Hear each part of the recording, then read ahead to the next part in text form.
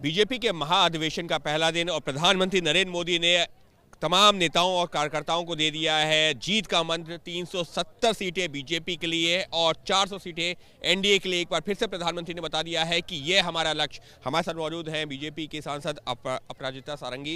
Madam, प्रधानमंत्री ने लक्ष्य दे दिया है कि हमको 370 सीटें बीजेपी और 400 सीटें एनडीए के लिए हासिल करनी है। देखिए, मैं भारतीय जनता पार्टी जो विश्व का सबसे बड़ा राजनीतिक दल है, इसकी कार्यकर्ता हूं और मैं बड़े गर्व के साथ कहती हूं कि हमारी सरकार और हमारे राजनीतिक दल की नीति, नियत और नेतृत्व पर किसी भी तरह का प्रश्न चिन्ह लग ही नहीं सकता है। और जहां तक अधिवेशन का सवाल है, पहले दिन का अधिवेशन बड़ा सफल रहा और हम सब के मन में उत्साह का संचार हुआ है। हम बड़े सकारात्मक परिवेश में आज हमने चर्चाएं की और गरीब की बात हो, किसानों की बात हो, महिलाओं की बात हो, युवाओं की बात हो, हर एक क्षेत्र में आदरणीय प्रधानमंत्री जी के नेतृत्व में बहुत अच्छा काम हुआ है। और 247 में हम विकसित देश बनेंगे, इसमें कोई दो मत नहीं है। और वो जो एक रोड मैप होता है, एक जो विजन होता है, वो मुझे लगता है कहीं ना कहीं आदरणीय प्रधानमंत्री जी कल इस बात पर विस्तृत तरीके से चर्चा करेंगे।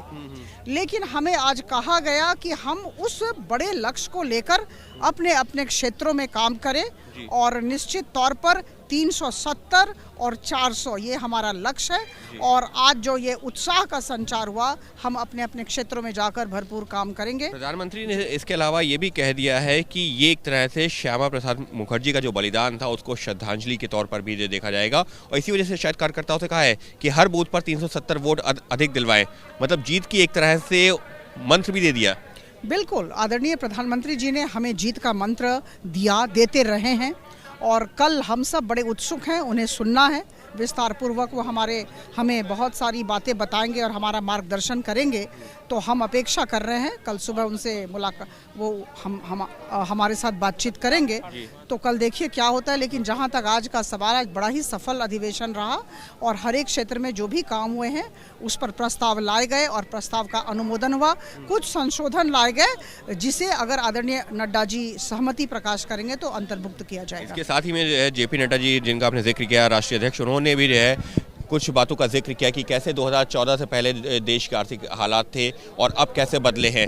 तो बेसिकली एक तरह से ये भी बताने की भी कोशिश है कि 2014 से पहले देश में क्या कुछ हो रहा था और बाद में क्या कुछ, और यही मुद्दे लेकर जनता के बीच में जाएंगे। बिल्कुल, देखिए, प्री 26 मई 2014 एंड पोस्ट 26 मई 2014 यही तो मुद्दा है। हम दिखाना चाहते हैं कि आदरणीय प्रधानमंत्री जी के नेतृत्व में उनके प्रधानमंत्री पद पर आने के बाद किस तरह के काम हुए हैं। तो मुझे लगता है कि यह बहुत बड़ा मुद्दा है और इसी को लेकर हम जनता के बीच जाएंगे। हर एक क्षेत्र में अच्छे काम हुए हैं और मैं आपको कह दूं कि विकास ही आदरणीय प्रधानमंत्री जी के सरकार का सबसे बड़ा एजेंडा है। विकास ही सबसे बड़ा एजेंडा है, उसी को लेकर के जो है जनता के बीच जाएंगे। और जो इस महाअधिवेशन का पहला दिन रहा है उसको पूरी तरह सफल बता रही हैं बीजेपी सांसद। उनका ये कहना है कि प्रधानमंत्री ने जो अपना जो है एक संबोधन किया है पदाधिकारियों की बैठक के दौरान, उससे एक मंत्र ज़रूर मिल गया है। और अब इंतज़ार है जब इस कार्यक्रम का यानी कि महाअधिवेशन का समापन होगा, उस दौरान प्रधानमंत्री किस तरह से अपनी बात को आगे बढ़ाते हैं और किस तरह से जीत का मंत्र और प्रगाढ़ तरीके से अपने कार्यकर्ताओं और नेताओं तक पहुँचाते हैं। सहयोगी कैमरा पर्सन भूपेंद्र रावत के साथ अंकित गुप्ता, एबीपी न्यूज़, दिल्ली।